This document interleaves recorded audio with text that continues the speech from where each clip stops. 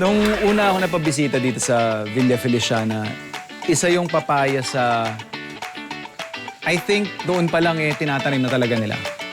So sakto, pagdaan natin dyan sa familiar na kanto, na kalye nating nakikita dyan, yun nga, true enough. Pakalat-kalat lang din siya. So, meron tayong alam na putahe dito sa Cavite na tinatawag nilang kilawing papaya. Mahawig sa atsara, pero ang pinaka-kakaiba I think dito is yung paggamit ng protein.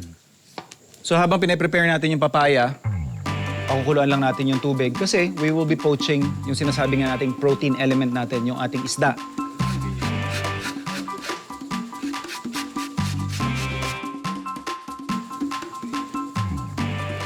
At ito medyo nagsisimmer na yung ating poaching liquid. Ilalagay lang natin yung ating GG. So we will poach this for roughly around 8 to 10 minutes.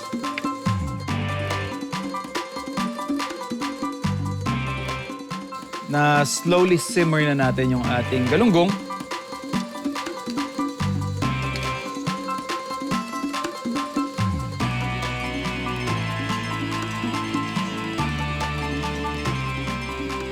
As always, we make sure to use everything doon sa ating mga ginagamit at ginagawa sa kusina. So yung stock na yan, we will make use of that.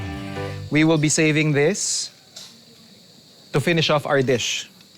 Yung atin namang galunggong na pinoach, ayan, makita nyo, umuusok-usok pa siya. Palalamigin lang natin and then mamaya, pwede na nating himayin to.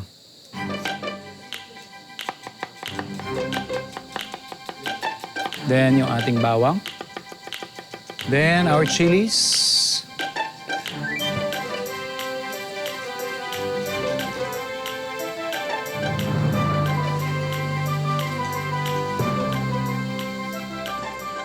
So once na nahimanin natin yung ating isda, pwede na nating i-finish yung process. So yung ating mantika, lagay na natin yung ating hinimay na isda. Lagay na rin natin yung ating sibuyas, bawang, at sili.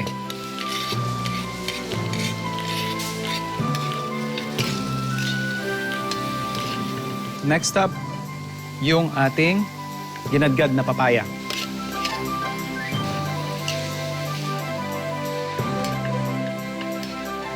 Then, yung ating fish stock. Timplahan natin syempre ng patis, paminta, asukal, and then finally, yung ating suka. So I think ito yung isa sa mga pagkakapareho doon sa ating atsara. And then we're just gonna bring this to a slow simmer. Reduce natin ng kaunti yung kanyang parang pinaka-broth. And then after that, pwede tayo mag-serve.